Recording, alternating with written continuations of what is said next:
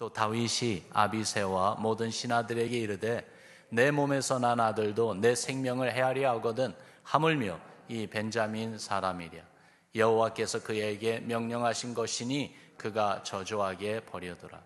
혹시 여호와께서 나의 원통함을 감찰하시니니 오늘 그 저주 때문에 여호와께서 선으로 내게 갚아 주시리라 하고. 아멘.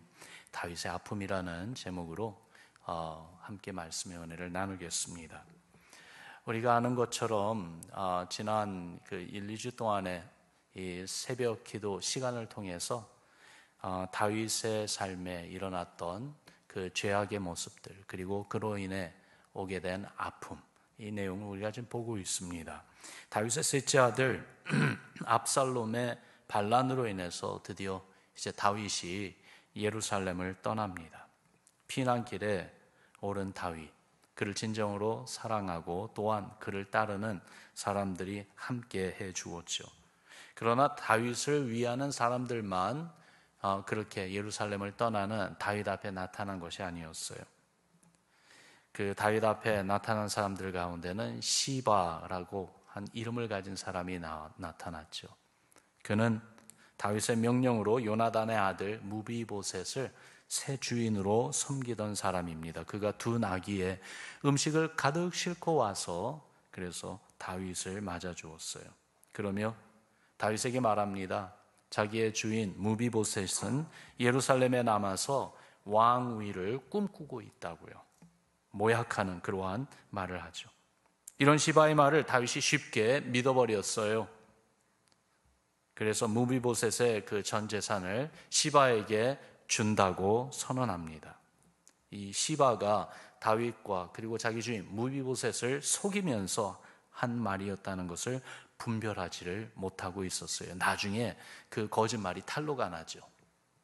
슬픔 가운데 다윗의 온전히 분별하지 못하는 성급한 그러한 약점을 보는 듯합니다. 그뿐만이 아니라 또한 사울의 집, 이 베냐민족 속에 시므이라는 사람도 나타나죠. 그는 다윗을 저주하며 돌을 던졌습니다. 비록 피난길에 오른 다윗이지만 왕에게 저주를 퍼부으며 돌을 던지는 사람 한 명쯤 다윗이 처단할 수 있지 않았겠습니까? 다윗의 신하들 아비새와 그를 따르는 자들이 왕이요, 저 시므의 입을 우리가 막겠습니다 하면서 나섰습니다. 그런데 그런 아비새에게 다윗이 놀라운 말을 합니다. 오늘 11절부터 읽었는데 바로 전 10절에 다윗이 이런 말을 해요. 왕이 이르되 수르야의 아들들아 내가 너희와 무슨 상관이 있느냐? 그가 저주하는 것은 여호와께서 그에게 다윗을 저주하라 하심이니 내가 어찌 그리하였느냐 할 자가 누구겠느냐? 저주하도록 그냥 내버려두라, 그렇게 얘기하고 있는 거예요. 그 저주를 들으면서 다윗은 자신이 저질렀던 그 죄악들을 다시 떠올렸을 것이에요. 어떤 죄악이요? 밧세바와 간음한 죄, 그리고 무죄했던 충성스러운 자기의 신하 우리아를 죽이려고 도모하고 죽게 한 일, 심지어 자기의 아들들 그 암논과 그리고 압살롬이 죄를 범했는데도 그 죄를 그냥 방관하고 그냥 내버려둔 그러한 일 등, 자기의 그 죄의 씨앗이 뿌려진 결과로 내가 여기까지 이렇게 와 있는 것이다, 그렇게 생각하며 시므이의 저주조차 자기를 책망하는 하나님의 음성으로 받겠다고 하는 이 다윗의 모습을 봅니다.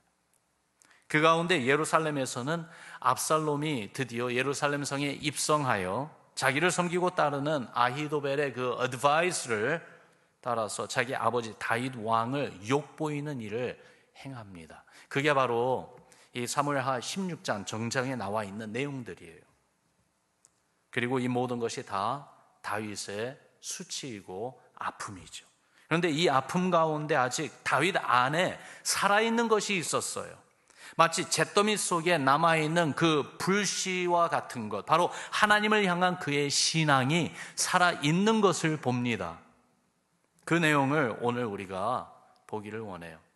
이 16장 전체 가운데 여러 가지 이야기들이 있지만은, 그러나 바로 이 한 곳에 우리의 초점을 한번 맞춰보기를 원합니다. 왜냐하면 이것이 바로 우리에게도 꼭 동일한, 우리에게 꼭 필요한 신앙이기 때문에 그렇습니다. 어떤 환경이나 어떤 세상 권세도 빼앗지 못하는 그러한 진정한 신앙의 모습 말이에요. 이 신앙, 이 믿음으로 세상을 이긴다고 하나님의 말씀은 우리에게 분명히 증거해 주고 있습니다. 우리가 아는 말씀 요한일서 5장 4절에 물 하나님께로부터 난 자마다 세상을 이기느니라, 세상을 이기는 승리는 이것이니 우리의 믿음이니라 그랬어요. 이 다윗 안에, 잿더미 안에 불씨, 조그만 불씨가 살아있을 때에 그 불씨로 인해서 다시 한번 큰 횃불을 일으킬 수 있는 것처럼 다윗 안에 그의 고통과 아픔과 수치와 그리고 눈물과 그 슬픔 가운데서도 아직 꺼지지 않고 살아있는 그 신앙이요, 바로 이 신앙을 우리가 보기를 원해요.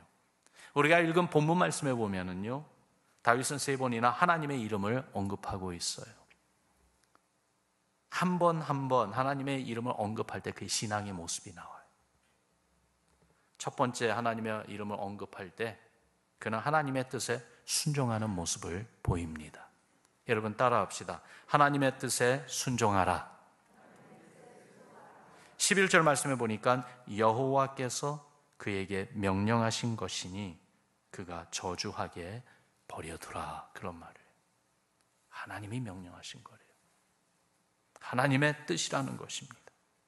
저주하는 시므이를 치는 것이 그리 어려운 일은 아니었어요. 더군다나 다윗이 자기가 직접 나서지 않아도 그 일을 대신 해주겠다는 신하들이 있었어요. 그러나 시므이에게 그것을 명하신 하나님이라면은 그 시므이의 말을 어떻게 막을 수가 있겠습니까? 이게 한 사람의 말이 아니라 하나님이 하시는 일을 하면은 이것을 어떻게 막을 수 있겠습니까? 다윗은 하나님의 뜻임을 깨닫고 받아들이는 모습을 봅니다. 잠언서 3장 6절에 보니까 너는 범사의 그를 인정하라, 그리하면 너의 길을 지도하시리라 그랬어요. 모든 일을 하나님이 그 가운데 함께 하시고 하나님이 허락하신 일이라는 것을 인정하라고 합니다. 내가 원하는 일만이 아니라 내가 원치 않는 시련과 아픔이 있을 때도 하나님이 인정하라고 말씀하십니다. 하나님의 뜻이 있다는 사실을 인정하라는 것입니다. 그래서 그 어려움, 아픔 가운데 하나님의 뜻을 찾고 그 뜻에 순종하라는 말씀이죠. 하나님의 뜻에 순종하는 것이 무엇일까요? 주님께 나 자신을 온전히 맡기는 것이 아닐까요? 내 뜻, 내 계획이 따로 있다 할지라도 그것까지도 다 하나님께 맡기는 것 말입니다. 내 몸, 내 시간, 내가 소유한 모든 것도 다 하나님께 맡기는 것입니다. 그게 바로 하나님의 뜻에 순종하는 것이 아닐까요? 여러분, 하나님의 뜻에 순종하는 그 순간에 나는 하나님의 종이구나, 그걸 알게 돼요. 내 삶의 주인이 바로 하나님이심을 인정하는 것이에요. 주인은 자기 종에 대해 책임져 주지 않습니까? 특별히 좋은 주인은 더욱더 자기가 부리는 종들을 잘 돌봐줍니다. 그런데 우리를 사랑하시는 하나님, 그래서 하나밖에 없는 아들 우리 주 예수 그리스도도 아끼지 아니하시고 내어주신 그 하나님께서 하나님께 속한 당신의 종들을 책임져 주지 않으시겠습니까? 다윗의 말년에 하나님께서 싫어하시고 허락지 않은 일을 행한 적이 있습니다. 그로 인해서 하나님께서 다윗을 징계하시면서 선택권을 주셨어요. 3가지 중에 하나를 선택하라고 했어요. 자연 재난을 받을 것인지, 전쟁을 당할 것인지, 아니면 하나님이 내리는 전염병, 그것을 받을 것인지, 셋 중에 하나를 택하라고 했을 때에 그때 다윗이 이런 말을 합니다. 사무엘하 24장 14절에 보니까 여호와의 손에 빠지고 내가 사람의 손에 빠지지 아니하기를 원하노라. 매를 맞더라도 하나님께 직접 맡기를 원한다는 것이지요. 다윗에게는 하나님께 자신을 맡기며 하나님의 뜻에 순종하겠다는 이 믿음의 의지가 있었어요.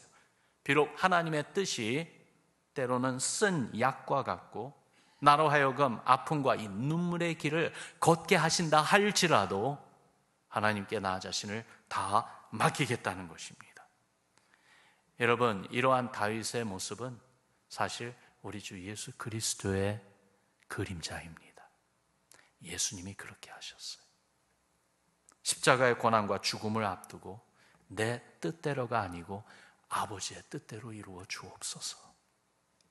하나님 아버지 뜻에 전적으로 순종하는 이 예수님 때문에 우리가 구원받은 것 아닙니까? 여러분, 하나님 뜻에 순종합시다. 특히 내가 아프고 괴로울 때에 주님의 뜻을 확인하세요. 주님의 뜻이 무엇인지 알려고 합시다.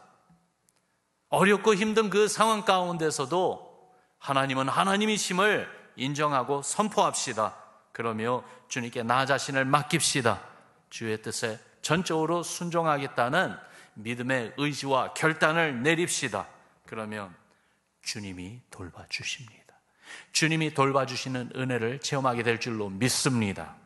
어떻게 합니까? 우리를 구원하신 하나님은 긍휼의 하나님이시기 때문에 그래요.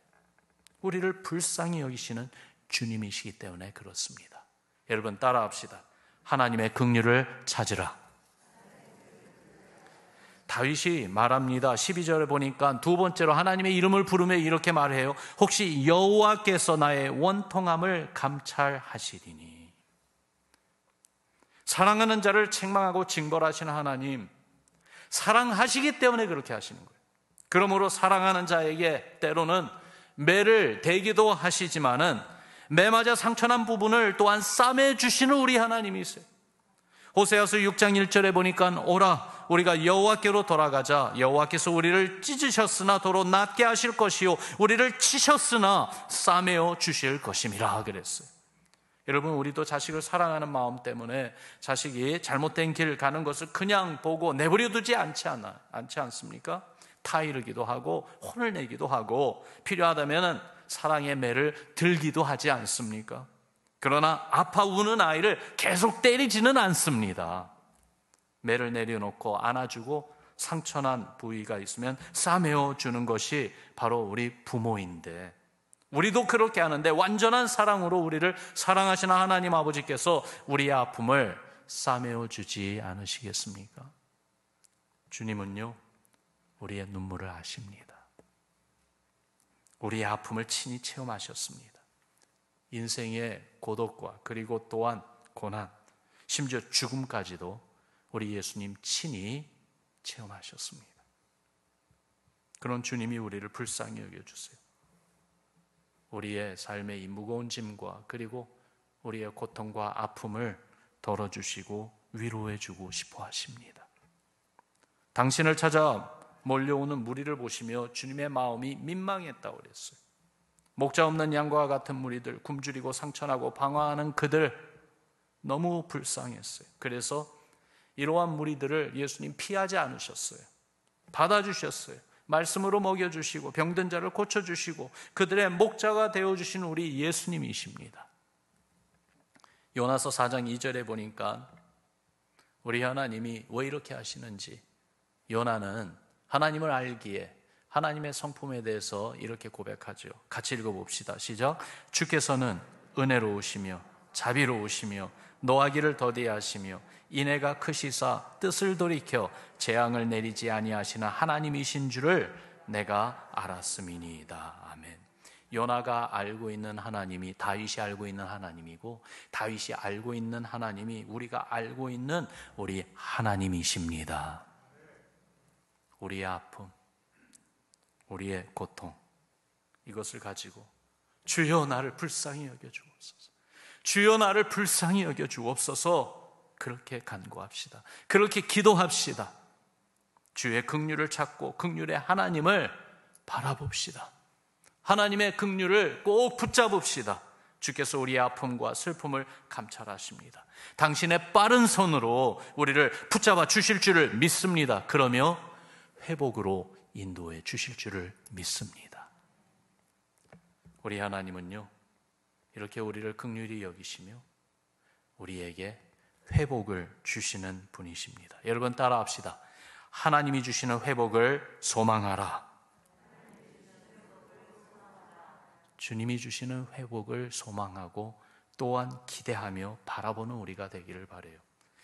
오늘 본문 말씀 12절에 보니까 세 번째로 다윗이 하나님의 이름을 부르며 이렇게 말합니다. 오늘 그 저주 때문에 여호와께서 선으로 내게 갚아주시리라. 하나님이 선으로 내게 갚아주시리라. 이 소망이 있어요. 이 기대가 있어요. 우리가 잘 아는 요셉의 이야기, 형들의 이 시기와 그리고 미움으로 인해서 하루아침에 노예로 외국에 팔려갔던 그 요셉, 10여 년을 어렵게 힘들게 살았지요. 그런 요셉에게 하나님은 잠시도 그를 떠나지 아니하시고 같이 해주셨어요. 인간의 이 악한 계획과 죄악으로 인해 고난의 길을 걸어야 했던 요셉이지만은 모든 것을 합력하여 선을 이루시나 하나님은 나중에 인간의 악함도 하나님의 선한 뜻을 이루는 도구로 사용하셨어요. 요셉이 그걸 알고 이렇게 말한 것. 여러분, 창세기서 맨 마지막 장 50장에 나오는 이 놀라운 믿음의 선언을 들어보세요. 바로 이 믿음의 선언이 우리의 기도가 되고 우리의 선언이 되기를 바랍니다. 우리의 간증이 되기를 바랍니다. 우리 같이 읽어보지요. 20절 말씀이요. 당신들은 나를 헤아려 하였으나 하나님은 그것을 선으로 바꾸사 오늘과 같이 많은 백성의 생명을 구원하게 하시려 하셨나니. 아멘. 예수님을 믿는 우리에게는 하나님의 선하심이 늘 함께 하십니다. 우리가 잘할 때, 우리가 믿음으로 굳건히 설 때만이 아니라 우리가 실수하고 실패하고 고통과 아픔 가운데 있을 때, 그때에도 변함없는 하나님의 선하심이 우리와 함께 하십니다. God is good all the time이에요. all the time. 그러므로 회복시키시고 주님이 계획하신 비밀스러운 놀라운 일을 우리 안에서, 우리를 통해서 이루시는 우리 하나님이세요. 그것을 기대하고 바라보는 것이 믿음이에요. 욥의 고백, 정말 만신창이가 된 그가 이런 고백을 해요. 욥기 23장, 이것도 우리가 잘 아는 말씀이에요. 내가 가는 길을 하나님 그가 하시나니 그가 나를 단련하신 후에는 내가 순금같이 되어 나으리라. 이 확신과 소망이 있으면은요, 주님께 나 자신을 온전히 맡길 수 있지 않겠습니까? 아픔을 주기도 하시지만 그러나 싸매 주시고 연단의 과정을 통해서 더욱 깊은 그 무엇을 깨닫게 해주시는 우리 주님. 특별히 아프게 하실 때는 더욱 가까이 오셔서 우리를 안아주시는 주님. 오늘 이 아침에 정말 마음이 아프고 그리고 삶의 큰 아픔으로 인해서 지치고 힘든 우리 성도님들, 주님 앞에 무릎 꿇고 많은 기도 안 해도 돼요. 그저 주의 이름을 부르며 나의 주 예수님, 주여 나를 불쌍히 여겨주소서. 여러분, 주님이 달려오셔서 주의 사랑의 손길로 우리를 안아주시고 덮어주시고 우리를 위로해 주시고 내가 한다, 내가 안다, 우리의 눈물을 닦아주시는 그 귀한 은혜가 있기를 주님의 이름으로 축원합니다. 다윗이 보여준 신앙 우리가 가집시다. 때로는 믿음의 길이 힘든 순간이 있어요. 정말로 한 걸음도 믿음의 발걸음을 내딛기 너무나도 괴롭고 힘든 그러한 모멘트, 그 순간이 있어요.